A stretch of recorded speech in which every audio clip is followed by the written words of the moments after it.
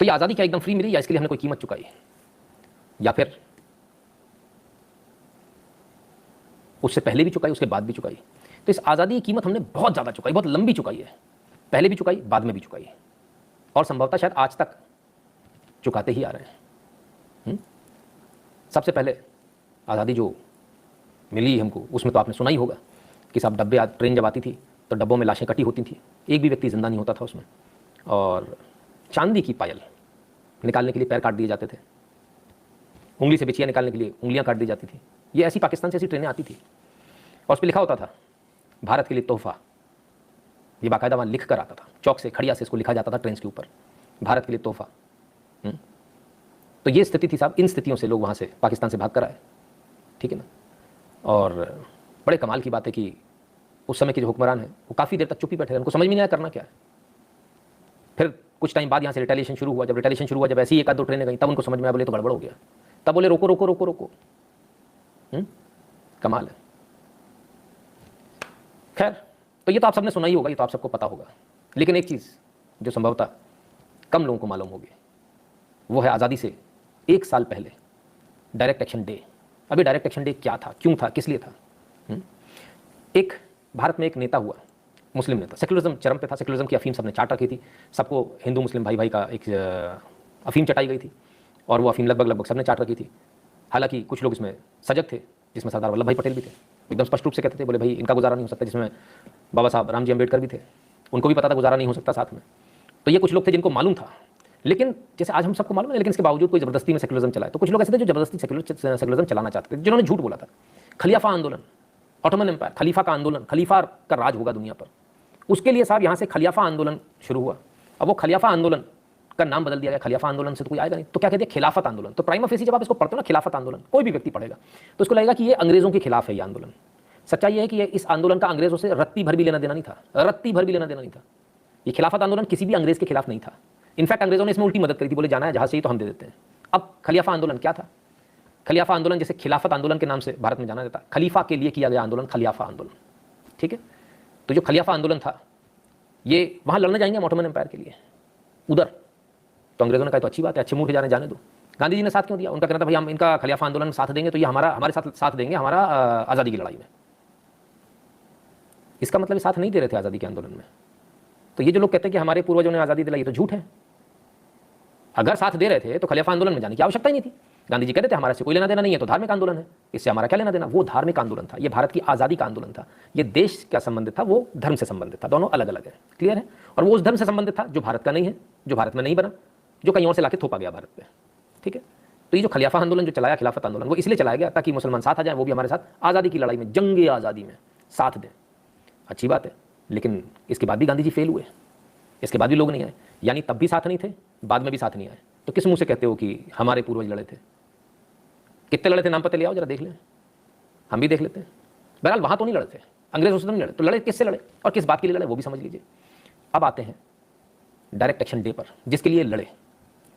तमाम सारी नेतागिरी तभी भी चलती थी जैसी आज चलती है, तभी भी ऐसी बयानबाजी होती थी जो आज होती है। तभी भी वहां पर कोई एक आदमी था जो कहता था 15 मिनट के लिए पुलिस हटा लो, बता देंगे। तभी भी उसको इसी प्रकार से जो है इग्नोर किया जाता था, बोले कुछ नहीं, मतलब यार ऐसे फालतू बोलता रहता, कुछ होगा नहीं। उसका कोई वजूद भी नहीं था, कोई मास अपील नहीं थी, क्योंकि हमको एक मुस्लिम चेहरा चाहिए है। तो वो मुस्लिम चेहरा जो है वो कहाँ से आए, उस मुस्लिम चेहरे को कहाँ से लाया जाए? तो मुस्लिम चेहरा हमको चाहिए क्यों स्टेज पे? ये जो एक मजबूरी जो है ना हिंदुस्तान की, ये मजबूरी हमको आज तक समझ में नहीं आती। नहीं, सारे चेहरे चाहिए हमको, सब चेहरे लेकर आओ। तो उस समय के जो हमारे लीडर्स थे उनको लगा भाई चेहरा होना चाहिए, लेकर आए। बोले ठीक है, कोई फर्क थोड़ी पड़ेगा। उसे बड़ा करते करते करते इतना बड़ा कर दिया कि वो कभी उनसे ही बड़ा हो गया, अब उनको परेशानी होने लगी। तो साहब जिस चेहरे को लाए उस चेहरे का नाम था मोहम्मद अली जिन्ना। कमाल की बात है, जिन्ना साहब आए और जिन्ना साहब आके बोलते हैं कि हमको अलग पाकिस्तान चाहिए, मुसलमानों के लिए चाहिए। Wonderful, I am very happy, क्या बात है, बड़ी गजब की बात करिए। तो जिन्ना साहब कौन थे? जिन्ना साहब के दादाजी कौन थे? हिंदू थे। तो जिन्ना साहब कौन हुए फिर? अभी कुछ दिन पहले ही बने मुसलमान। ये जब पूरी पीपनी बजाई जा रही थी ना सेक्युलरिज्म की तमाम सारी, तब इस पीपनी के साथ एक पीपनी और बजाई जा रही थी। और वो उस समय की गलती जो है, हम कहते हैं विराथू होना चाहिए। आज बहुत सारे लोग बोलते हैं विराथू होना चाहिए। सर विराथू आज ही नहीं होना चाहिए। विराथू आपको चाहिए था 1920 में, आज नहीं चाहिए आपको। 1920 में चाहिए था आपको विराथू। अब तो बहुत लेट हो गए। 1920 से आप लगा लीजिए 2022 में खड़े हो, 102 साल नेट पीछे हो आप, 102 साल। विराथू आपको तब चाहिए था अब आप विराथू को ढूंढ रहे हो। आपको विराथू 1920 में चाहिए था, 2022 में आप बात कर रहे हो विराथू की। तो तब लोग क्या कर रहे थे जो हमारे धर्म के रक्षक थे, तब उनको भी सेक्युलरिज्म की चरस चाटे बैठे थे, उनको समय नहीं मिला ना। देखिए क्या हुआ, पहले मुगल आए, मुगलों ने मंदिर तोड़े और मंदिर तोड़ने के बाद जबरदस्ती जबरिया बलात्कार करके लोगों का धर्म परिवर्तन कराया, फिर टैक्स लगा दिया। हिंदू आज लालची नहीं है सर, 2 रुपये का दूध आज महंगा नहीं लग रहा, ये लालची तब भी था। ये जो आज जो बने बैठे ना, ये उसी 2 रुपये की वजह से, वो जो 2% का जजिया टैक्स लगाया था ना, उस चक्कर में बदल गए कि नहीं हमको मुसलमान बनना है, ठीक है ना। जिन्ना जी भी शायद उसी चक्कर में बदले होंगे। खैर संभलने का मौका नहीं मिला, मुगल के बाद अंग्रेज आ गए, अंग्रेजों ने मौका ही नहीं दिया, बोले काहे के मंदिर, काहे के लिए मंदिर अंदर में पैसा डालना। वो भी मंदिर लूटने आए थे, ये भी मंदिर लूट रहे थे, दोनों हिंदुओं का पैसा लूट रहे थे और दोनों हिंदुओं का पैसा बटोर के यहाँ से ले जा रहे थे। तो ऐसी कंडीशन में आपको संभलने का मौका कहाँ मिलेगा। लेकिन इसके बावजूद मैं गलती मानता हूँ, हमारे धर्म के जो रक्षक हैं उनकी गलती है। उन्होंने इस बात की महत्वता क्यों नहीं समझी कि सारे हिंदुओं को एक किया जाए, इट इज़ हाई टाइम। लेकिन खैर सेक्युलरिज्म का बुखार था साहब, इतनी आसानी से कैसे उतरता। तो सेक्युलरिज्म के बुखार में जिन्ना को लेकर आगे बढ़े, और जिन्ना को लेकर जब आगे बढ़े तो जिन्होंने लास्ट राउंड पे आकर बोल दिया मुसलमानों के लिए अलग कंट्री चाहिए, हम आपके साथ नहीं रह सकते। उन्होंने कहा ये बड़े शर्म की बात है कि मुसलमानों को हिंदुओं के अधीन, उनके स्लेव होकर रहना पड़ रहा है। ये उनकी स्पीचेज हैं। तो ऐसी कंडीशन में मुसलमान को भड़काया भी खूब, मुसलमान भड़के भी खूब, और कहाँ कहाँ भड़के, कैसे कैसे भड़के, उसको भी हम देखेंगे।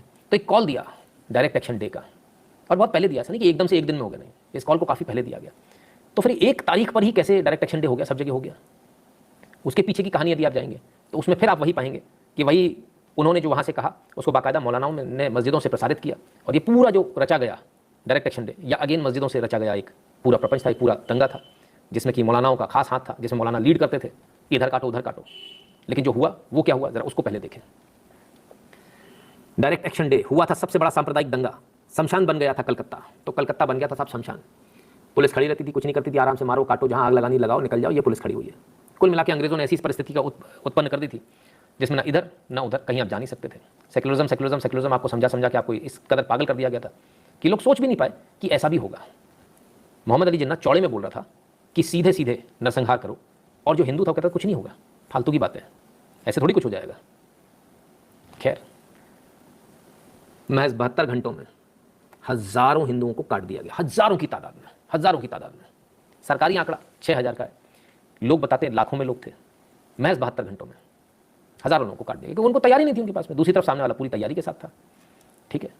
और आप सड़क पर जहां देखें वहां लाशें ही लाशों का ढेर था, चाहे बैलगाड़ी हो, चाहे कहीं, चारों तरफ खून और लाशें, ठीक है ना। तो ये जो स्थिति है ये आपके सामने, ये उस समय की स्थिति, ये बंगाल की स्थिति,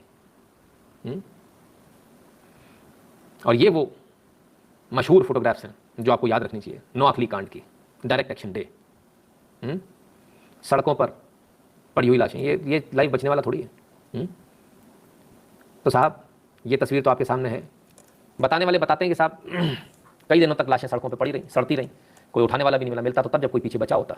तो कई सारे लोग पूरे परिवार के साथ इसमें खत्म हो गए। कुछ किस्मत वाले थे और वो बच गए, उनमें से इक्का दुक्का परिजनों में से। तो ये सब कुछ चलता रहा, तमाम सारा कत्लेआम चलता रहा। सबसे मज़े की बात यह है, इस कत्लेआम जब ये चल रहा था 16 अगस्त यानी आज ही के दिन 1946, आज़ादी से 1 साल पहले जब ये कत्लेआम चल रहा था, तब क्या हुआ, तब 20 दिन तक तो किसी को खबर ही नहीं लगी, पता ही नहीं चला बाकी भारत को कि हो क्या रहा है, बाकी दुनिया को कि हो क्या रहा है, नोआखली में क्या हो रखा है किसी को नहीं मालूम। जबकि सबको मालूम था कि ये होने वाला है, ये होगा, सबको मालूम था, ऐसा नहीं है किसी को नहीं मालूम था, एवरीबडी न्यू इट, ये होने वाला है। जो नेता थे उनको मालूम था, गांधी जी को मालूम था ये होगा, जिन्ना इतना सेफ रहा उनको मालूम था, क्योंकि जो मुसलमानों से टच में थे उनको मालूम था ऐसा हो सकता है। बट बाकी हिंदुओं को, जिनको मालूम था वो भी अफीम चटा रहे थे, सेक्युलरिज्म में कुछ नहीं होगा, सब बकवास बातें, इन सब बातों में मत आओ, अहिंसा करो। लेकिन अहिंसा काम नहीं करी, अहिंसा नेवर पेड बैक। खैर अचानक से हुए हमले से हिंदुओं को तो यही समझ में नहीं आया कि हम करें तो करें क्या, जाएं तो जाएं कहाँ, कुछ पल्ले ही नहीं पड़ा। कुछ तस्वीरें उस समय की मैं आपको दिखाता जाता हूँ, सरकटी अधजली लाशें, तमाम सारी चीज़ें आपको देखने को मिलेंगी इसमें। 170 killed, over 1000 injured in Calcutta, direct action day assaults, widespread looting, ठीक है ना, तमाम सारी चीज़ें आपको देखने को मिलेंगी। कलकत्ता अंडर मॉब रूल, ठीक है ना साहब, बड़े कमाल की बात है। मतलब ये सब कुछ चल रहा था। Jinnah declines Nehru's offer, Congress will go ahead with formation of interim government, 161 killed, 800 injured, curfew proclaimed, तमाम सारी जगह स्टैबिंग, ये सब कुछ नॉर्मल था, चाकूबाजी, सब कुछ चल रहा था, धड़ाधड़ चल रहा था, ये सब कुछ चल रहा था। और लोग, आपके नेता चुप बैठे थे, जो आपके नेता, जिनको आप नेता मानते, वो चुप बैठे थे, कुछ कह नहीं रहे थे, उनके मुंह से कुछ निकल नहीं रहा था। तो क्या क्या हुआ पहले उसको देखेंगे। आइए। Naked butchered bodies of Hindu women were hung at beef shops in Kolkata. Direct Action Day survivor recalls the horror. Hindi में पढ़ता हूं। बीफ की दुकानों पर नंगी टंगी थी हिंदू महिलाएं, रेप के बाद छात्राओं को खिड़की से लटकाया, जिसने देखा डायरेक्ट एक्शन डे। उस बुजुर्ग से ही सुनिए बर्बरता। तो रेप किया, रेप करने के बाद मीट की दुकान पर जैसे बीफ को टांगा जाता ना, काट कर, ऐसे काट कर उनकी लाशों को, नंगी लाशों को लटकाया हुआ गया था कोलकाता में, भरे बाजार। विश्वास नहीं हो रहा होगा ना, आज के ज़माने में सोच के भी विश्वास नहीं होता ना। आज आप ISIS को देखते हो और आपको लगता है बहुत बर्बरता है, ISIS वालों ने बहुत बर्बरता कर दी, सब ऐसा कर दिया, वैसा कर दिया, बच्चों को जला दिया, फलान कर दिया, ढिकान कर दिया। आपके यहाँ इससे बुरा हो चुका है। ISIS ने गैंगरेप करने के बाद में उनके स्तन काट के नहीं लगाए, लटकाए नहीं, स्तन काट के उनकी नंगी लाशें नहीं लटकाई मर्डर करने के बाद में। ये डायरेक्ट एक्शन डे में हुआ। अगर सुन के आपको बुरा लग रहा है तो मैं अफसोस किया, आपको आज तक किसी ने बताया नहीं। Unfortunately Gandhi ji had to back to Shravanti to stop genocide of Hindus. Sardar Patel was angry with Gandhi for going to Dipen Das ji आ रहा हूँ, उस पर भी आ रहा हूँ, ठीक है ना। खैर पता नहीं नितिन शुक्ला सही बोल रहा है, गलत बोल रहा है। जो सर्वाइवर है उनसे सुनवा दें, उनकी सुन लीजिए। बंगाली में बंगाली के लोग ट्रांसलेट कर देना है ना। 1946 ডাইরেক্ট অ্যাকশন ডের সময় রাজাবাজারে গরুর মাংসের দোকানে হিন্দু মেয়েদেরকে মানে হাত পা কেটে উলঙ্গ ডেড বডি মাথায় বুক দিয়ে ঝুলিয়ে রেখেছিল। সেটা পুলিশের ডিরেক্টর জেনারেল গোলক বিহারী মজুমদার আমাকে নিজে বলেছে এবং আমি সেটাও। তাছাড়া আরেকজন সাংবাদিক যার নাম হলো জানি আমার নামটা আমার নেই, আমার লেখাটা বলতে আছে, মেয়েদেরকে আপনার এই ভিক্টোরিয়া কলেজের হোস্টেলে মেয়েদেরকে উলঙ্গ করে জানালার সাথে মেরে ধর্ষণ করে মেরে ঝুলিয়ে রেখেছিল। এখন বাঙালিরা ভিতরে ভুলে গিয়েছে। ठीक है साहब। तो ये वो सर्वाइवर हैं जो बच गए थे उसमें। आज उन्होंने पोल खोल दी, 92 ईयर्स के, 92 साल के, पूरी पोल खोल दी कि क्या क्या हुआ था उस समय। जो उन्होंने देखा उन्होंने बता दिया। कुछ गलत तो नहीं किया, मैं लोगों को लग रहा है शायद कुछ गलत कर दिया। सेकुलरिज्म खतरे में तो नहीं आ रहा सर किसी का? सेकुलरिज्म खतरे में आ रहा तो बता देना। ये सब कुछ हुआ, आपके देश में हुआ, भारत में हुआ। लेकिन ऐसा कैसे हो गया? वो भी तो बंगाली बोलते थे, उन्होंने ऐसे क्यों मार दिया बंगाली बोलने वाले को? बंगाल में बहुत चलता ना, बंगाली नहीं आती तो बंगाल से बाहर जाओ, ऐसा बोलते ना। तो ये इनको तो बंगाली आती थी, इन्होंने क्यों मार दिया, क्यों भगा दिया? असंख्य लोगों को, काउंटलेस है सर, काउंटलेस, असंख्य लोगों को गैंगरेप किया, असंख्य लोगों को कन्वर्ट किया, मुसलमान बनाया। ये सब कुछ इसी में हुआ डायरेक्ट एक्शन डे में। असंख्य लोगों को, वो जो आज जो बने बैठे हैं ना, उनको मालूम नहीं उनकी असलियत, कि वो हैं जिनके साथ गैंगरेप किया गया, उनको बाद में मुस्लिम बनाया गया। कलमा पढ़ो, कई लोगों को इसके बाद भी मार दिया गया। कई लोगों को जो कन्वर्ट हो गए डर के मारे, जो हिंदू डर के मारे, बहुत सारे सर, हजारों लाखों की संख्या में कन्वर्ट हुए, ठीक है ना। तो जो कन्वर्ट हो गए उसके बाद बतौर सील, बतौर स्टैंप, बतौर एक गवाही, यहाँ भी ऐसा होना चाहिए कि तुम असलियत में बने हो या नहीं बने हो, बतौर गवाही उनका गैंगरेप किया गया कि सच्चाई है भी कि नहीं है। ये तो ट्रेडिशन है साहब, ऐसे ही होगा। ये सब कुछ हुआ, आपके देश में हुआ, सबको मालूम है डायरेक्ट एक्शन डे। जिनको नहीं मालूम है वो डायरेक्ट एक्शन डे के बारे में ज़रूर एक बार पढ़ें, ज़रूर एक बार समझें, सीखें, ठीक है ना। अब ये किया किसने था? जिन्ना ने। जिन्ना ने ऐसा क्यों किया? जिन्ना ने ऐसा इसलिए किया ताकि उसको अलग देश मिल जाए, उसको अलग देश चाहिए था जो नेहरू जी नहीं दे रहे थे। तो उसने बोला अब ऐसे काम नहीं बनेगा मुसलमानों, अब आपको सीधा डायरेक्ट एक्शन, सीधे अंजाम पर पहुंचना होगा। अंजाम पहुंचने के लिए क्या? 5 लाख मुसलमानों को तैयार किया गया, 5 लाख मुसलमानों ने हमला किया। हिंदू क्यों नहीं इस पर लड़ पाए? हिंदू को सेकुलरिज्म की चरस चटा रखी थी। उसे कहा गया था सेकुलरिज्म है साहब, धर्म अफीम है, सेकुलरिज्म की चरस चाटो, ये ज़्यादा अच्छी है। सेकुलरिज्म का गांजा फूको, ये ज़्यादा अच्छा है। तो हिंदू सेकुलरिज्म का गांजा फूक रहा था, उसको पता ही नहीं था कि मेरे ऊपर सीधे हमला हो जाएगा तो मैं क्या करूँगा। आज जैसे आप लोग जितने सजग हैं वो लोग उतने नहीं थे, तब उस समय सोशल मीडिया नहीं था। तो बड़े कमाल की बात है सर। खैर, सेकुलरिज्म वाले भद्रलोक, हम भी बंगाली है, ये भी बंगाली बोलता है, हमारा भाई है बंगाली। मैं ऐसा क्यों बोल रहा हूँ जानते हैं आप?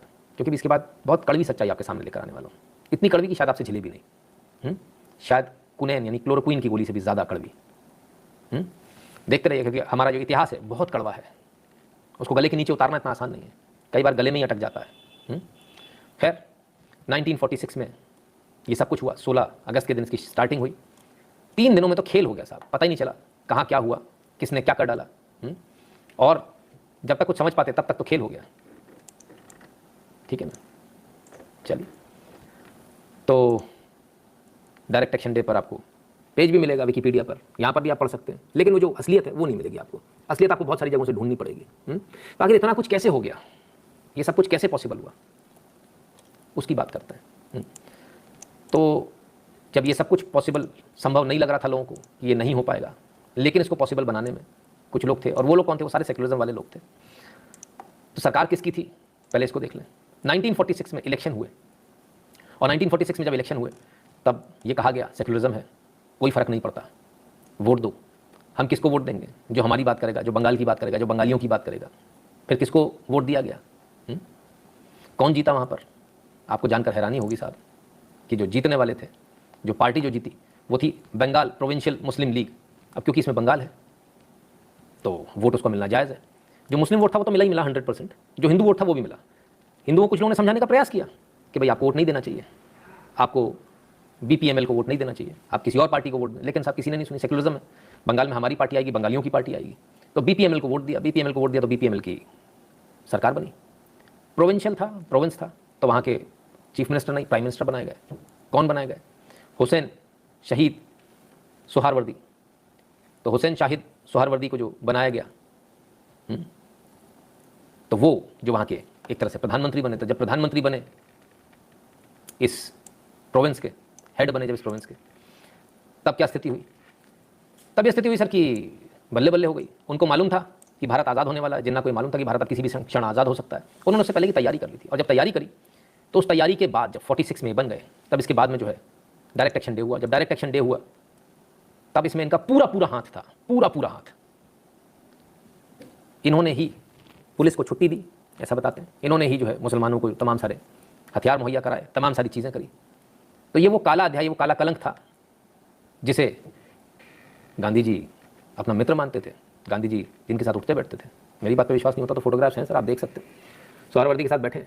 सिर्फ इतना नहीं, जब इतनी सब हत्याएं चल रही थी, सब कुछ हो रहा था, और जब मालूम था ये होने वाला है, तब गांधी जी जो है जाकर एक जगह बंगाल में जाकर एक जगह रुके।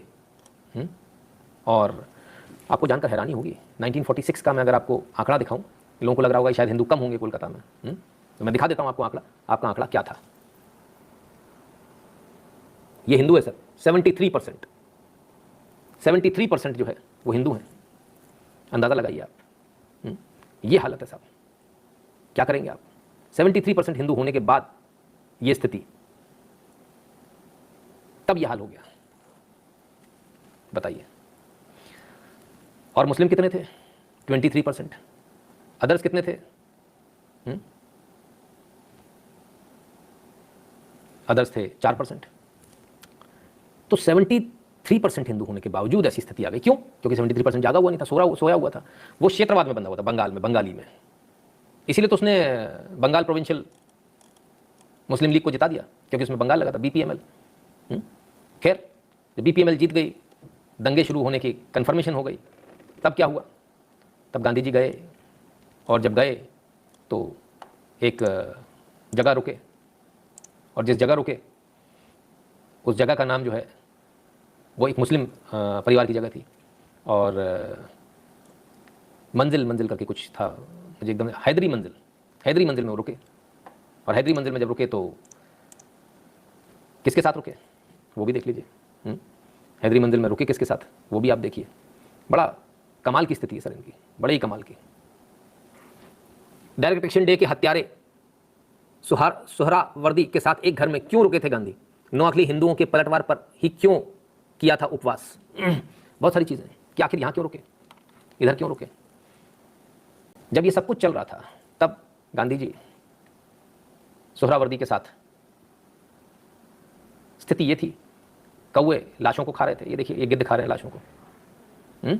ठीक है ना?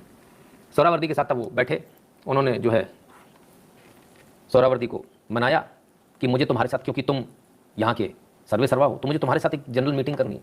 तो जब उस जनरल मीटिंग में जब पहुंचे, जब जनता के बीच में पहुंचे, तो गांधी जी ने बड़े इत्मीनान के साथ उसके कंधों पे हाथ रखा, बाहों में ले लेना जैसे बोलते हैं, वो किया।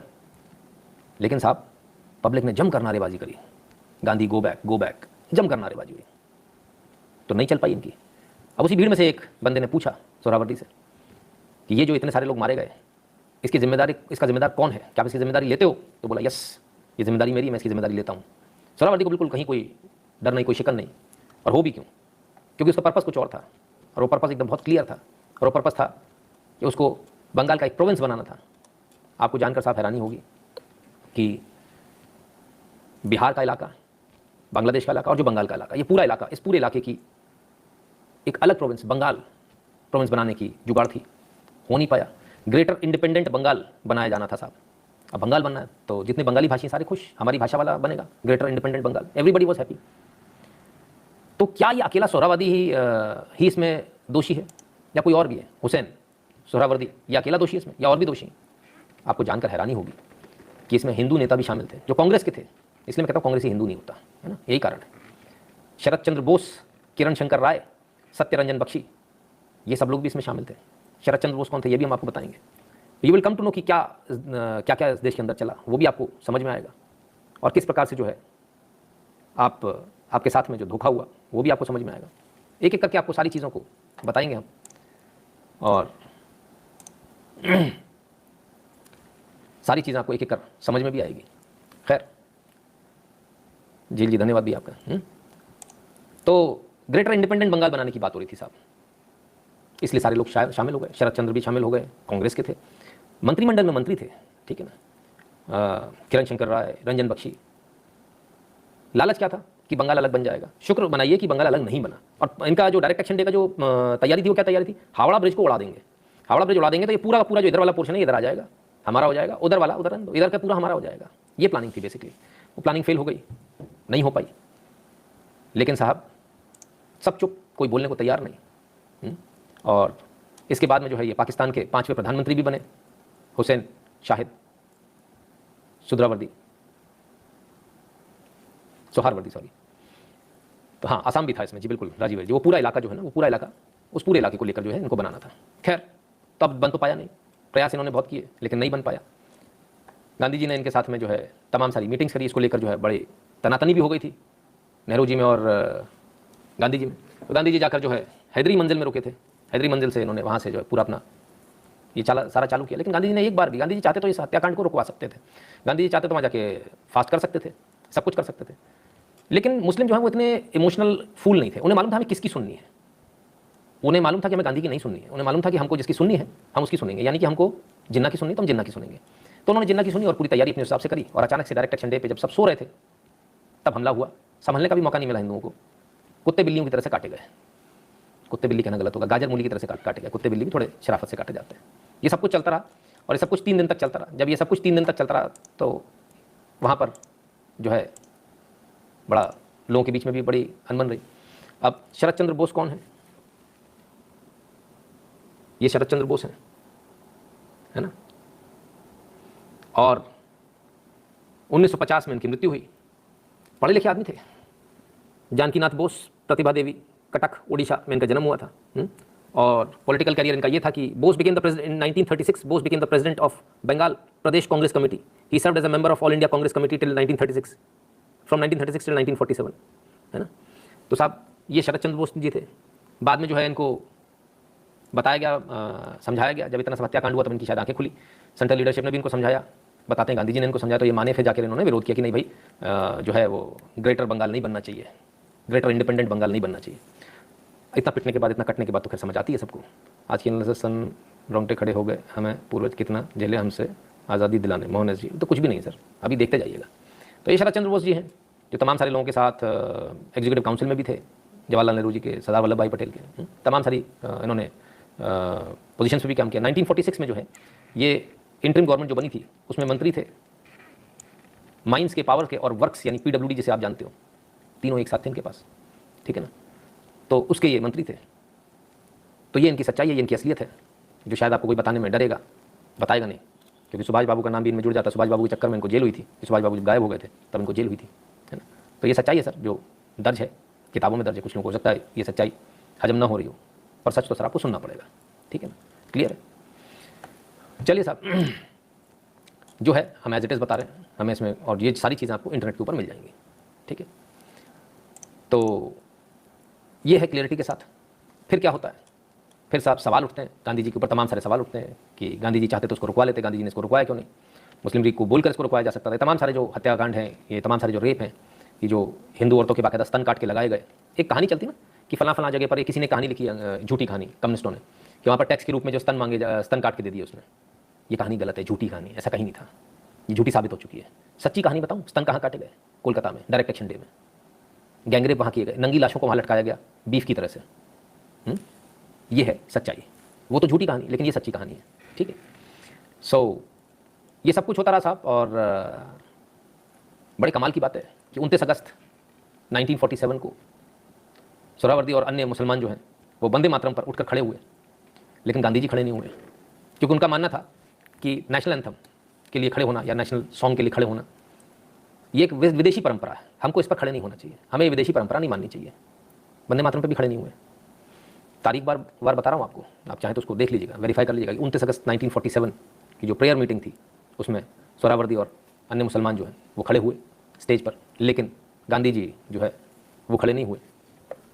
At yet another prayer meeting on August 29, 1947, when Sohrawardi and other Muslims on the stage stood up when Vande Mataram was being sung, Gandhi kept routinely sitting because he believed that standing up as a mark of respect for national song was a Western import.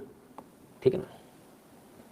तो भाई ठीक है, उनका ये भी कहना था भाई फैमिली प्लानिंग के लिए जो तमाम सारे जो उपाय बताए जाते हैं ये गलत है, हमको इनको नहीं मानना चाहिए, वेस्टर्न कंसेप्ट है, हमको अपने ऊपर कंट्रोल रखना चाहिए। और इसीलिए वो माई एक्सपेरिमेंट्स विद लाइफ है ना, वो जो उनका जो एक्सपेरिमेंट्स थे वो उन्होंने किया, और एक्सपेरिमेंट्स आप सबको मालूम है किनके साथ सोना, किस अवस्था में सोना, उसको बोलने की आवश्यकता नहीं है।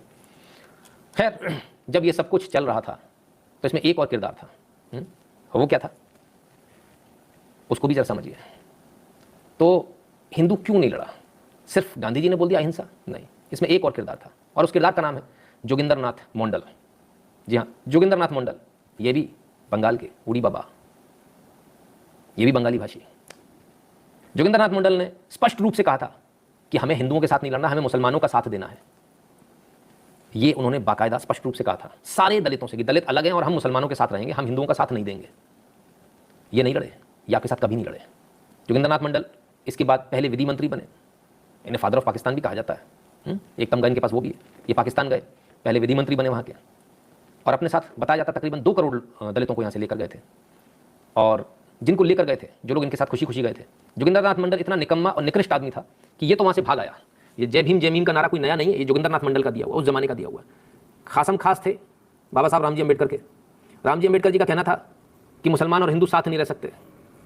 इनका कहना यह था, सत्ता के लालची थे, उन्होंने कहा बोले नहीं यार, हम तो उनके साथ जाएंगे क्योंकि हमको उसमें बेनिफिट होगा। तो साहब ये धीरे से उनके साथ चले गए। ये निकम्मा खुद तो भाग आया 1950 में इस्तीफा देकर। जैसे इसने वहाँ देखा कि वहाँ तो रोज़ बलात्कार हो रहे हैं, गैंगरेप हो रहे हैं, कन्वर्ट हो जाओ, इस्लाम में कन्वर्ट हो, नहीं तो तुम्हारा गैंगरेप होगा। उनका डे 1 से वो एजेंडा शुरू था। तो आज आप जो देख रहे हो ना कि आपको लग रहा है तबलीगी जमात आज है या ये आज से नहीं, ये सर शुरू से है। ये मौलानाबाद जो है ये शुरू से है, ये वहीं से स्टार्ट होता है ये सारी कहानी। जो इनके जो रिलीजियस प्रीचर्स है ना, आपके कोई रिलीजियस प्रीचर ऐसा नहीं है जो इस प्रकार की चीज़ें सिखाए, लेकिन इनके ऐसे हैं। तो जोगिंदर नाथ मंडल तो भाग आया वहाँ से, ये तो वीवीआईपी था, कानून मंत्री था, ये तो भाग आया वहाँ से। दूसरे फंस गए बेचारे जो इसके साथ गए थे, उनके सबके गैंगरेप हुए, मारा पीटा गया, सब कुछ छीन लिया गया और उनको कन्वर्ट करके मुसलमान बना दिया गया। तो ये जो आज जो इतने सारे मुसलमान आपको दिख रहे हैं ये इसलिए दिख रहे हैं। जोगिंदर नाथ मंडल ने जब जो रेजिग्नेशन लेटर दिया उसमें उन्होंने बहुत सारी चीज़ें लिखी हैं। उसमें ये भी लिखा है कि इस प्रकार से सिंधियों का खुले में चौड़े में चौपालों पर ले जाकर उनकी लड़कियों का उनका गैंगरेप होता है। जो हिंदू थे दलित थे उनके साथ भी ये होता था, जितने हिंदू दलित थे बाकायदा उनको घसीट कर ले जाया जाता था। मतलब ऐसा कुछ नहीं था, दिन और रात कुछ नहीं था। जब मन किया कि अभी मन सन्ना रहा है, हम संडिया रहे हैं, हमारा सांड हमारे ऊपर हावी हो गया, तो गए किसी भी घर में से खींचा, निकाला और वहाँ उसका गैंगरेप किया और बिना कपड़ों के उसके बाद उसको छोड़ दिया, जाओ। ये पाकिस्तान में आम बात थी। तो जब जोगिंदर नाथ मंडल ने देखा तो जोगिंदर नाथ मंडल की रूह कांप गई। ये वहाँ तक भी नहीं कांपी, ये बहुत निकम्मा टाइप का निकृष्ट टाइप का आदमी था। हुआ असल में क्या कि इसके मंत्रिमंडल में जो शख्स थे और जो लोग थे, इनकी निगाह इसकी घरवाली और इसकी बेटी पर आ गई। अब वो इसका गैंगरेप करना चाहते थे। अब हुआ या नहीं हुआ ये तो हमको नहीं मालूम, लेकिन ये निकम्मा भाग कर वहाँ से यहाँ आ गया और चुपचाप आके कोलकाता में ही चुपचाप सुम में इसने बाकी की अपनी जिंदगी निकाली भारत में, और ये मर गया, किसी को पता भी नहीं चला। इसने, मैं ऐसा क्यों बोल रहा हूँ क्योंकि इसने 2 करोड़ हमारे भाइयों को मरवा दिया जो पिछड़े समाज से आते हैं, जो शेड्यूल कास्ट हैं, जो शेड्यूल ट्राइब हैं। उनको मरवाने वाला एक अकेला ये आदमी था जिसने बोला जय भीम, हम मुसलमानों का साथ देंगे, हम हिंदुओं का साथ नहीं देंगे, हम हिंदू नहीं हैं। ये तब का बीज है, आज का नहीं, नया नहीं है, ये तब का बीज है। इसने इतने सारे लोगों को मरवा दिया। तो आपके साथ कौन नहीं था? आपके साथ सर कोई भी नहीं था, लड़ते कहाँ से? सिर्फ इतना नहीं है, इसके बाद जो बयान आए उन बयानों ने बड़ा हंगामा क्रिएट कर दिया। और वो बयान क्या है वो देखिए। गांधी जी के बयान तमाम सारी जगहों पर जो अलग अलग जगहों से कोट किए गए वो ये है। I have always held that it is physically impossible to violate a woman against her will. The outrage takes place only when she gives way to fear or does not realize her moral strength. If she cannot meet the assailant physical might, her purity will give her strength to die before he succeeds in violating her. It is my firm conviction that fearless woman who knows that her purity is her best shield can never be dishonored. However beastly the man, he will bow in shame before the flame of her dazzling purity. इस तरह के जब बयान आए तो इन बयानों ने जो है और ज़्यादा ये रेप विक्टिम्स के लिए इस प्रकार के बयान आए थे तो इन बयानों को लेकर बड़ा हंगामा हुआ, बड़ा लोगों में और गुस्सा भरा लोगों के अंदर। उनका कहना यह है कि इस बयान का हिंदी मतलब समझा दूँ। इस बयान का कहने का मतलब यह है कि किसी महिला का कोई बलात्कार कर ही नहीं सकता पुरुष, जब तक कि वो खुद से अपने आप को उसको ना सौंप दे या वो डर के ना सौंप दे। तो डरो मत, सौंपो मत अपने आप को। यहाँ ये बताना बड़ा आवश्यक हो जाता है, यहाँ कोई एक आदमी रेप नहीं कर रहा था, यहाँ 50 की भीड़ आती थी, 5-5, 10-10 लोग हाथ पकड़ते थे, 5-5, 10-10 लोग नोचते खसूटते थे दूसरे अंगों को, 5-5, 10-10 लोग कपड़े फाड़ते थे, 5-5, 10-10 लोग टांगों को दूर करते थे पकड़ के दोनों टांगों को, और उसके बाद 50-50, 100 लोग एक साथ मिलकर बलात्कार करते थे। ठीक है, ये बताना इसलिए आवश्यक हो जाता है। तो ये जो एक थ्योरी है ना, ये हो सकता है कि शायद एक अकेला आदमी रेप ना कर सकता हो, लेकिन जब 50-100 की भीड़ होती है तो यू आर जस्ट हेल्पलेस, फिर you are at the mercy of those people. आप कुछ कर ही नहीं सकते, आपकी मौत निश्चित है, और रेप होते होते मौत निश्चित है, करोगे क्या, है ना। खैर चलिए, फिर क्या हुआ, एक और बयान। Just before the partition, both Hindu and Sikh women were being raped by the Muslim in large numbers. Gandhi advised them that if Muslim expressed his desire to rape a Hindu or a Sikh lady, she should never refuse but cooperate him. She should lie down like a dead with her tongue in between her teeth. Thus, rapist Muslim will be satisfied soon, and sooner he leave her. D. Leper and L. Collins, Freedom at Midnight, page 479 पर ये coat मिलेगा आपको। ये तमाम सारी जगह और भी कोट मिलेंगे आपको इस प्रकार के। यानी कहने का मतलब ये था कि यदि कोई रेप कर रहा है तो उसको कॉपरेट करना चाहिए, चुपचाप जो है मृत शरीर की तरफ पड़ जाना चाहिए, ताकि वो जल्दी सेटिस्फाई हो जाए, उसको छोड़ दे। बड़ा गजब है। इस प्रकार की भाषा जब आती है तब गुस्सा किस हद तक होता है इसका आप अंदाज़ा भी नहीं लगा सकते। तो यानी आपके साथ कोई था ही नहीं, जोगिंद्रनाथ मंडल थे, उन्होंने बोल दिया कि भाई कोई भी दलित या schedule caste, OBC, SC ST हिंदुओं के साथ ना लड़े। लेकिन सच्चाई तो ये थी कि काटे तो वही लोग गए थे, कन्वर्ट तो उन्हीं को कराया गया था दलितों को। इस चक्कर में शर्म के मारे यहाँ से चले गए थे, बोले भारत में रहना पॉसिबल नहीं होगा तो पाकिस्तान चलो। हम तो पाकिस्तान के, पाकिस्तान चले गए। अपने साथ तकरीबन उस समय बताया जाता 2 करोड़ लोगों को लेके गए, 2 करोड़ के साथ गैंगरेप कराया, वहाँ उनको कन्वर्ट करा दिया। खुद के परिवार के साथ गैंगरेप की स्थिति बनी, हुआ या नहीं हुआ कंफर्म नहीं है। कुछ लोग बताते हैं कि परिवार के साथ भी गैंगरेप हुआ, तभी भागे वहाँ से। तब यहाँ आके जिल्लत भरी जिंदगी इन्होंने चुपचाप एक गुमनामी की जिंदगी निकाली भारत में। आखिर भारत में ही आए तो जो कल तक ये डींगे हाँक रहे थे कि वहाँ हमको सम्मान मिलेगा, वो गैंगरेप करवा कर भारत में गुमनामी की मौत मरा। वो इतना घटिया आदमी था। बड़े कमाल की बात है कि गुमनामी की मौत यहाँ की सरकारों ने मरने दिया, क्योंकि ये बहुत अच्छा मौका था भारत को। उनके तमाम सारे इंटरव्यूज, उनके तमाम सारी चीज़ें ये छपनी चाहिए थी उस समय अखबार में, लेकिन नहीं छपने दी, क्योंकि सेकुलरिज्म खतरे में आ जाता सर। आप समझो बात को। 1950 में जब आया तो 1950 में जो सरकार है वो भी सेकुलर सरकार थी। उसका कहना था अगर जोगिंद्रनाथ मंडल, चलिए जो गलती हुई जोगिंद्रनाथ मंडल से हुई, लेकिन उससे सबक तो मिल ही सकता था। तो वो तमाम सारे इंटरव्यूज उनके लिए जा सकते थे, छापे जा सकते, लेकिन जोगिंद्रनाथ मंडल को एकदम साइड में करके एकदम छुपा दिया गया कि सेकुलरिज्म खतरे में आ जाएगा। सेकुलरिज्म खतरे में नहीं आना चाहिए, मरते हो मर जाओ, सेकुलरिज्म खतरे में नहीं आना चाहिए। खैर, असहनीय पीड़ा अभी से ही हो रही है। जिन्होंने सहा है उनके नहीं सोचोगे। अच्छा, हमारी घरवाली थोड़ी थी, हमारी माँ थोड़ी थी, हमारी दादी थोड़ी थी। ये सोच जब तक हमारी रहेगी तब तक हमको ऐसा लगेगा। जिस दिन हमारे परिवार के साथ ऐसा होगा, ये सोचिए, 1 मिनट के लिए आंख बंद करके सोचिए कि आपके परिवार के साथ ऐसा हो रहा है। आपकी दादी जो 70 साल की है, 80 साल की, उसके साथ, आपकी पत्नी के साथ, आपकी बेटी के साथ, आपकी पोती के साथ। सोच कर देखिए, जब इन सबको नोचा खसोटा जा रहा है और आपको बांध दिया गया और आपकी आंखों के सामने हो रहा है, उसके बाद हत्या तो आपकी भी होनी है, टुकड़े तो आपके भी होने, तब आप क्या करोगे? ये सब कुछ हुआ डायरेक्ट एक्शन डे में, ऐसा नहीं हुआ। खैर, जो बच गए उन्होंने अपनी व्यथा सुना दी आपको। तो जब सब कुछ इतना बुरा चल रहा था, तब एक आदमी उठा, जब उसने देखा इतना हत्याकांड हो गया, और जब उसके घर तक आग पहुंच गई, जो उसे लगता नहीं था कि पहुंचेगी, लेकिन जब वहां तक आग पहुंच गई, तब उसका दिमाग सटका। तब उसने कहा मामला गड़बड़ है। और उस आदमी का नाम है गोपाल पाठा। ये वो व्यक्ति जिसकी कहने को तो मीट की दुकान थी। पाठा का मतलब समझते हैं, बकरे को कहा जाता पाठा। इसकी कहने को तो मीट की दुकान थी, कसाई था। लेकिन जब इसने देखा कि ये तो मामला गड़बड़ हो गया, ये तो समझ में ही नहीं आ रही बात, और हमारी मदद के लिए कोई नहीं आ रहा, हमसे कोई नहीं कह रहा मदद के कि भाई हम तुम्हारी मदद करेंगे, तब इन्होंने इनकी खुद की अपनी एक इन्होंने वो भी बनाई थी, छोटा सा एक संघ भी बनाया था, वाहिनी बनाई थी। उस समय वाहिनी बना करती थी, तो वाहिनी भी बनाई थी इन्होंने, जैसे अभी आजकल योगी जी की वाहिनी, ऐसी इन्होंने भी वाहिनी बना रखी थी। ठीक है ना। तो जब इन्होंने देखा कि ये तो मामला कुछ का कुछ हो गया और अब मामला रुक ही नहीं रहा है, पैम्पलेट्स छपे थे साथ, पैम्पलेट्स बांटे गए थे मुसलमानों में, जिसमें मोहम्मद अली जिन्ना तलवार लेकर खड़ा हुआ था, जिहाद की उसने बात करी थी, डायरेक्ट एक्शन डे की उसने बात करी थी। ये तमाम सारी तस्वीरें, तमाम सारे पोस्टर जो है मुस्लिम इलाकों में लगे हुए थे। देख तो लिया था गोपाल पाठा ने, क्योंकि इनका बिजनेस था मुसलमानों के साथ में, मीट वही खाते हैं, बकरा वही खाते हैं ज़्यादा उस समय पर, तो इनका बिजनेस भी था मुसलमानों के साथ। इनको उम्मीद नहीं थी कि ऐसा होगा, क्योंकि सब भाई भाई कह रहे थे। लेकिन जब गोपाल पाठा ने देखा तो मामला गड़बड़ा गया, ये तो कोई सबके हाथ से बाहर निकल चुकी है कहानी, और कोई बोलने के लिए तैयार नहीं है। तब जो है 16 तारीख को जब ये शुरुआत हुई और जब ये नरसंहार चलता रहा, आखिरकार गोपाल पाठा ने अपने जो उनके जो करीबी लोग थे उन सबको, और अपनी जो वाहिनी के जो उनकी वाहिनी के जो उनके जितने भी स्वयंसेवक थे, उन सबको लेकर कहा कि जिसके पास जो है वो ले आओ। अब लाते क्या? गोपाल पाठा ने कहा लाओ सब लोग अपनी बंदूकें निकालो। हिंदू बोला ओके, फिर उसे याद आया बंदूक तो है ही नहीं मेरे पास। जो जिंदा हो उनसे पूछ लीजिएगा कि बोले बंदूकें ले आओ, बंदूक तो है ही नहीं। बोले कोई बात नहीं, तलवारें लाओ, भाले लाओ, हम तलवारों भालों से लड़ेंगे। बोले तलवार भाला भी नहीं है। तो बोले फिर कोई बात नहीं। बोले वो फरसा लाओ, बोले फरसा भी नहीं है। हथौड़े, गैती, फावड़े, सब्बल, इनसे लड़ाई लड़ी गई, ये लेकर पहुंचे। गोपाल पाठक एक बहुत अच्छे मित्र थे जो वहाँ पर अखाड़ा चलाते थे, बड़ा अखाड़ा चलाते थे। और अखाड़े में आप जानते हो गुरुजी होते हैं, सम्मान बहुत होता है गुरु का। आज के जैसा नहीं है जो यहाँ आकर किसी ने गुरुजी भी कह दिया और अगले दिन गाली दे दी कि उसके हिसाब से लाइव नहीं चला, वो वाला हिसाब नहीं है। तब एक्चुअली श्रद्धा होती थी, मरने मिटने के लिए लोग गुरु के लिए तैयार रहते थे। तो वो अखाड़े वाले भी तैयार हुए, इनकी वाहिनी के लोग भी सारे तैयार हुए। और जब ये सारे लोग आए तो अब जाएंगे कहाँ, पकड़ोगे किसको? तो सबसे पहले उनको पकड़ा गया उन हिंदुओं को जिनका ऐसा हुआ था, जिनका गैंगरेप हुए थे, जिनका महिलाओं को मार दिया गया था, लटका दिया गया था, नंगी लाशें जिनकी, उनको बुलाया गया। कुछ छोटे बच्चे, कुछ जो बच गए थे उनको कि तू पहचान तो सही कौन है। और जब पहचान की गई तब उन आपको जो बताया जाता है वैसा बिल्कुल गलत है। मैं जो बता रहा हूँ बिल्कुल सही है। आपको बताया जाता है हिंदुओं ने फिर सब पर हमला कर दिया, बिल्कुल गलत। ऐसा बिल्कुल नहीं था, ये बिल्कुल टारगेटेड था, ये बिल्कुल न्याय देने वाली बात थी। जिन लोगों के साथ अत्याचार हुआ था, जिन लोगों की दुकानें लूटी गई थी, उन लोगों की दुकानें लूटी गई, जो लूट कर गए थे उनकी दुकानें लूटी गई, जिनके घर जलाए गए थे, जिनके घर लूटे गए थे, जिन्होंने जलाए थे उनके घर और घर जलाए गए, घर लूटे गए। टिट फॉर टैट था, बिल्कुल स्पेसिफिक था, हर किसी पर हमला नहीं था। पूरे मोहल्ले में एक ही घर जलाया गया क्योंकि उसने वहां जाकर दूसरे घर जलाया था। और इन लोगों को इसलिए लिया गया था, तुमको पहचान करनी, तुमको सिर्फ हमारे साथ रहना, पहचान करते जाना, ये था ये था ये था, तुमको और कुछ नहीं करना है। तो गोपाल पाठक ने अपने लोगों के साथ में जब ये शुरू किया तो सोया हुआ जो हिंदू ने सेक्युलर वाला और जो डरपोक, गोपाल पाठक भी बंगाली थे, उनको भी यही था, सब बंगाली, उड़ी बाबा भद्र लोग। लेकिन उनकी आंखें खुल गई, उन्होंने कहा ये तो भद्र लोग नहीं भैया, ये तो कुछ गड़बड़ हो रहा है।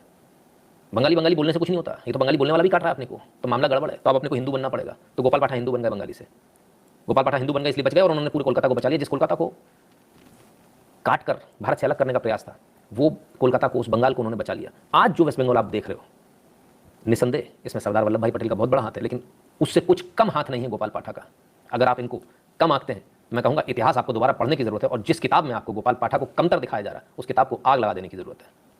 ये किताब आपके मन में सिर्फ दूषित वातावरण पैदा करेगी, ये किताबें आपके लिए उचित नहीं है। तो गोपाल पाठक ने अपने लोगों के साथ में जगह जगह जाकर जब ये सब शुरू किया, तब क्या हुआ जानते हैं? 2 दिन में, सिर्फ 2 दिन में मुस्लिम लीग घुटनों पर आ गई। जिन्ना हिल गया, जिन्ना को लगा अब तो गड़बड़ हो गई। अगर हमने इसको नहीं रोका, जिन्ना वाज एब्सोल्युटली राइट, जिन्ना को सच्चाई मालूम थी, जिन्ना समझ गया था अगर मैंने इसको यहां नहीं रोका तो मेरा पाकिस्तान का सपना अधूरा रह जाएगा, क्योंकि पूरा हिंदू जाग जाएगा। अगर इसको मैंने नहीं रोका तो जिन्ना ने तुरंत घुटने टेक दिए। उसको समझ में आ गया यहां घुटने टेकने में भलाई है, उसने तुरंत घुटने टेके। और जो उसकी यूथ इकाई का जो लीडर था उसको भेजा और बोले बस भैया बहुत आपने भी मार लिया, हमने मार लिया, बस बहुत हो गया, अब इसको ये खून खराबे को बंद किया जाए। अरे तो शुरू किसने था? कॉल किसका था? जिहाद का कॉल किसका था? मर्डर का, जिनोसाइड का कॉल तो तुम्हारी तरफ से आया था, तो अब एकदम से बंद क्यों कर दो? सबसे मजे की बात यह कि जब हिंदू काटा जा रहा था तब कोई अनशनबाजी नहीं हुई साहब, लेकिन जैसे हिंदुओं ने रिटेलिएशन शुरू किया, गांधी जी ने अनशन कर दिया, खटैक, बोले सब तुरंत बंद होना चाहिए, नहीं तो मैं अमरण अनशन पे हूं। अब गोपाल पाठक जी पर प्रेशर आया, बोले भैया बंद करो बंद करो बंद करो बंद करो। गोपाल पाठक जी को सरकारी कागजों में आतंकवादी घोषित कर दिया गया। गोपाल पाठक ने ऐसा अदम्य साहस, अदम्य शौर्य दिखाया जिसके लिए कायदे से उन्हें आज परमवीर चक्र मिलना चाहिए। ये अदम्य साहस, ये अदम्य शौर्य किसी में नहीं होता कि मुसलमानों के इलाके में रहकर आप ये सब कुछ करके दिखा दो और आप इस देश को बचा लो। आपको बहुत सारे लोग बहुत तरीके से कहानी सुनाएंगे, लेकिन कहानी बिल्कुल स्पष्ट रूप से एकदम सीधी सीधी हमने आपको सुनाई है। ऐसे परमवीर योद्धाओं का नाम कहीं नहीं है सर। जानते हैं क्यों? बताता हूं। क्योंकि इसके बाद गांधी जी ने बोला बंद करो, बंद कर दिया। बोले अब जो आपके पास में हथियार है, लड़े भी किससे सर? फावड़े से। आप सोचिए, फावड़े से कोई लड़ता है क्या? सब्बल से। उठेगा भी नहीं, चलेगा भी नहीं सब्बल, क्या करोगे आप सब्बल से? गैती से। मैंने इतनी बुरी हालत कोई आज नहीं हमारी सर, तब भी थी, आज भी है। तो इतनी बुरी स्थिति से हम लोग निकले, इतनी बुरी स्थिति में हम लड़े।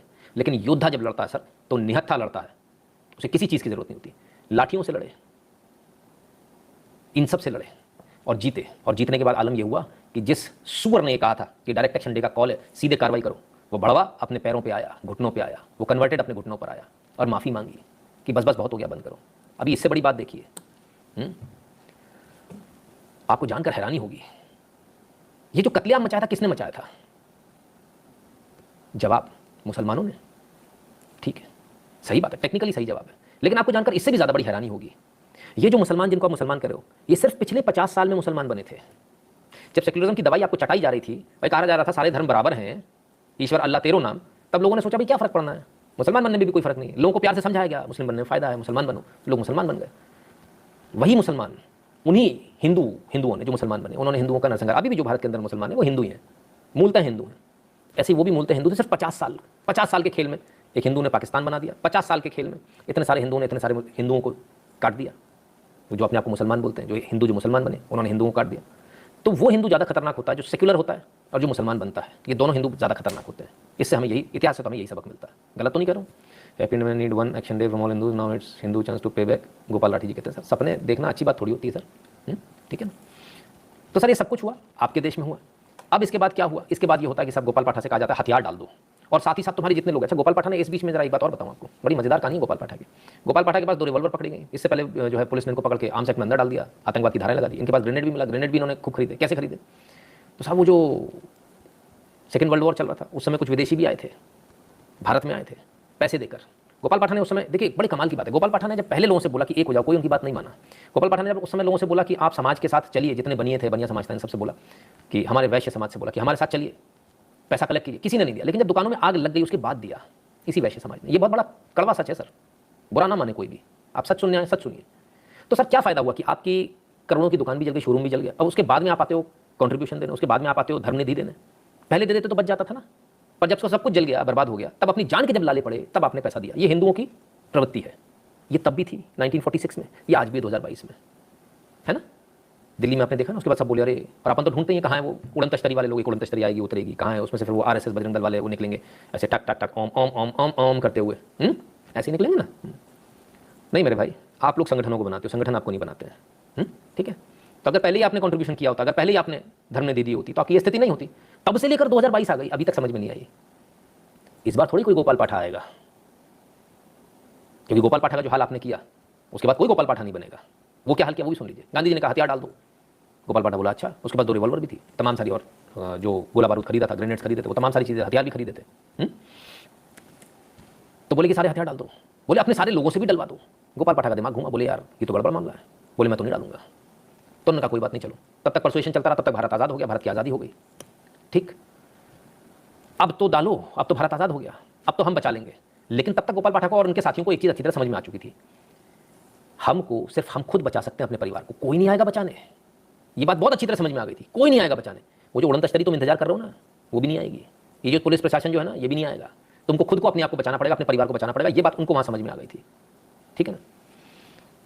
तो उन्होंने हथियार डालने से मना कर दिया। भारत आज़ाद हो गया, उसके बाद भी मना कर दिया। अब गांधी जी के सामने हथियार डालने से मना किया, सबके डलवा दिए, तुम नहीं डाल रहे, तुम भी डालो। बड़ा प्रेशर आया सब कांग्रेस से, तमाम इधर से उधर से, सरकार में बैठे हुए लोग। नहीं डाला तो सरकार की आंखें किरकिरी बने कि गोपाल पाठा ने ईगो हर्ट हो गई कि बात नहीं मानी हमारी। तो गोपाल पाठा को हाशिए पर डाल दिया गया। गोपाल पाठा जेल में भी सड़े, गोपाल पाठा पे केसेस भी चले, गोपाल पाठा पे सब कुछ हुआ, और अंततः किसी को पता भी नहीं चला। और गोपाल पाठा जो है 2005 में 92 साल की उम्र में धीरे से इस दुनिया को अलविदा कहकर चले गए। ठीक है, क्या बोले, बड़ी गजब स्थिति है।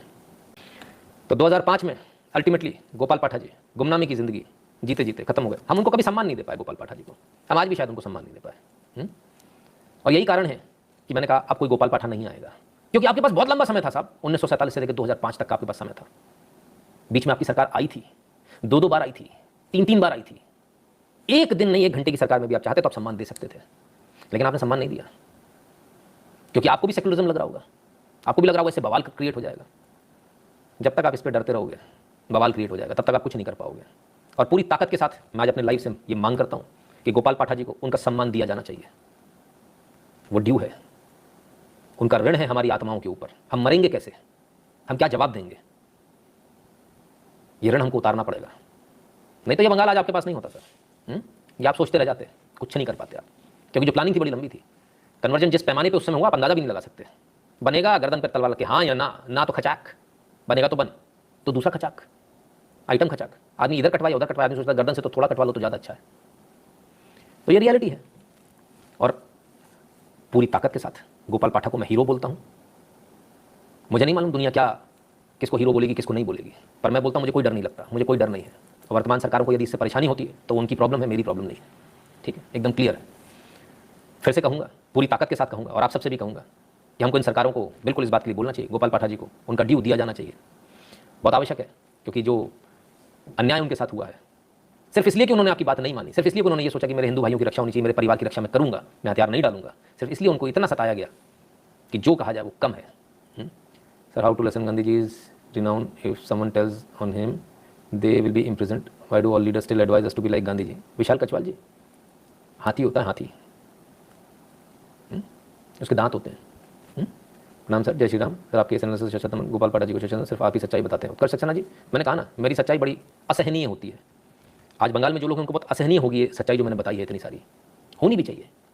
लेकिन अगर 2022 में भी हम कुछ सीख सकें इससे, हम क्षेत्रवाद से, भाषावाद से यदि ऊपर उठ सकें तो हमारा कल्याण होगा। अगर हम इसी में घुसे रहेंगे हमारा कल्याण कभी नहीं होगा। अगर मैं ये कहूँगा नहीं मैं तो नॉर्थ इंडियन हूँ, ना मैं तो दूसरे के, हिंदी अच्छी बोली नहीं आती तो मैं बात ही नहीं करूँगा।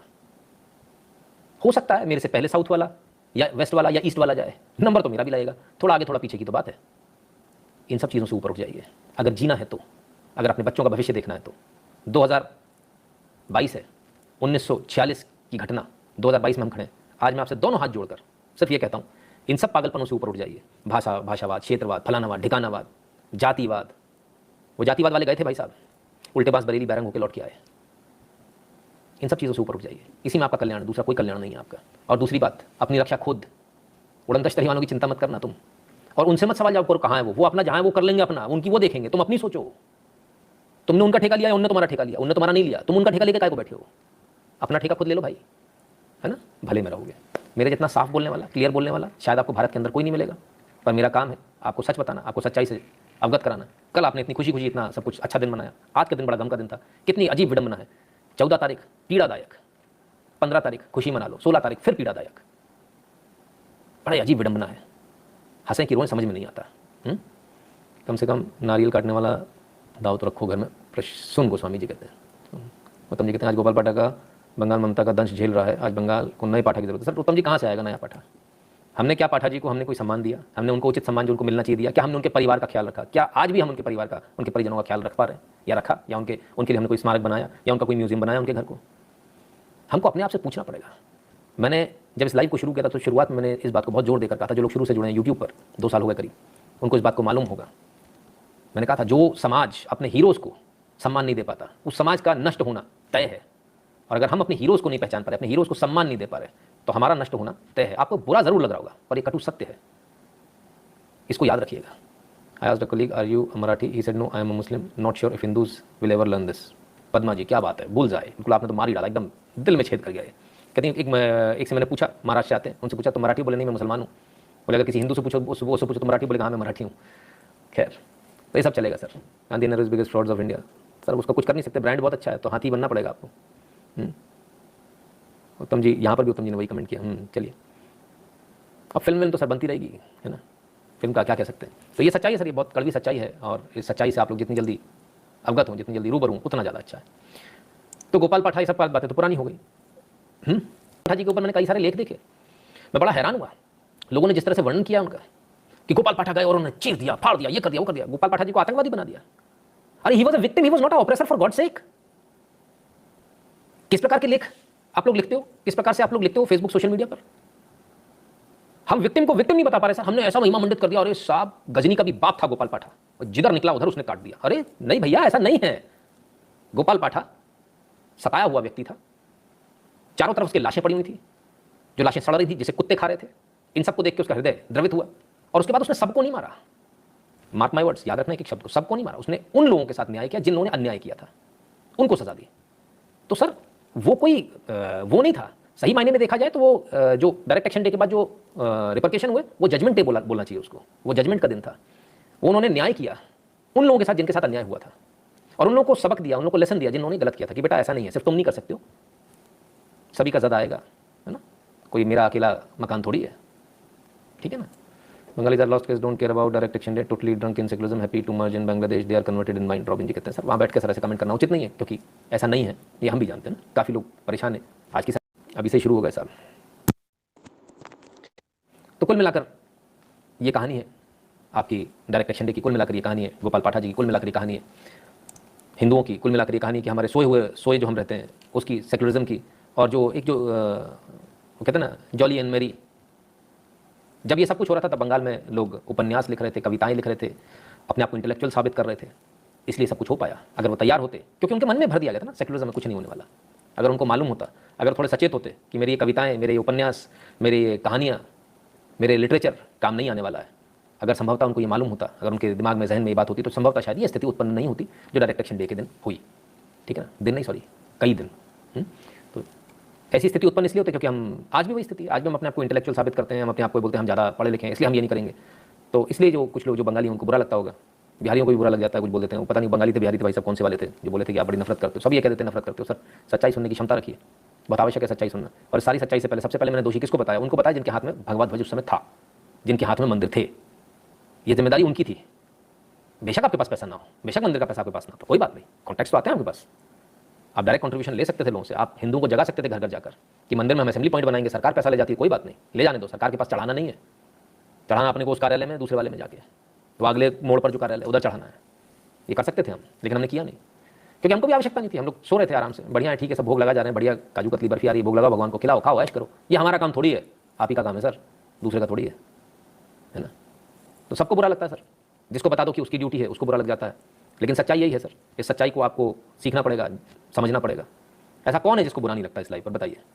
सिखों को बुरा लग जाता है, बिहारियों को बुरा लग जाता है, बंगालियों को बुरा लग जाता है, मराठियों को बुरा लग जाता है। हाँ, आपला मानुष, सामने मर्डर हो जाए मुंबई में, आपला मानुष, हाँ तब आपला मानुष गायब हो जाता है, चिड़िया लगा के उड़ जाता है, ठीक है, उनको बुरा लग जाता है, साउथ वालों को बुरा लग जाता है, हाँ ब्राह्मणों को बुरा लग जाता है, सबको बुरा ही लग जाता है। तो एक काम करता हूँ, मैं इस देश को छोड़ देता हूँ, चला जाता हूँ, आप लोगों को भी चैन रहेगा, मुझे भी चैन रहेगा, बंद कर देते हैं सब। आपको बुरा लगने के लिए नहीं बताता हूँ मैं, आपको बुरा लगना या आपकी फीलिंग्स को हर्ट कराने का मेरा मतलब मकसद नहीं, मेरा मकसद है आपको झकझोरना, आपको नींद से उठाना, जिस चरस पीकर जो आप सो गए हो ना, उससे आपको उठाना, ये जो अफीम चाट के आप सोए पड़े हो, इससे आपको उठाना। और इससे उठाने के लिए मुझे आपका बुरा बनना पड़ेगा, तो मैं बुरा भी बनूंगा। मैं क्या करूँ? क्या 1946 से लेकर 2022 तक में आपने कोई बदलाव आया, कुछ सबक लिया? बहुतों को तो मालूम नहीं होगा, पहली बार सुनी होगी कहानी, बदलाव कहाँ से आएगा? और मैं चिल्लाता चिल्लाता मर जाऊंगा, मैं भी मर जाऊंगा, कोई ज्यादा मुझे मार देगा, नहीं मारेगा तो वैसे ही मर जाऊंगा, कभी सरकार मार देगी, कोई दूसरी आ जाएगी, तो ये सब कुछ है बॉस, चलता रहेगा। आपको जागना है, अभी भी जाग जाइए, अभी भी कोई देर नहीं हुई है, अभी भी आपके पास मौका है, ठीक है, क्लियर है ना?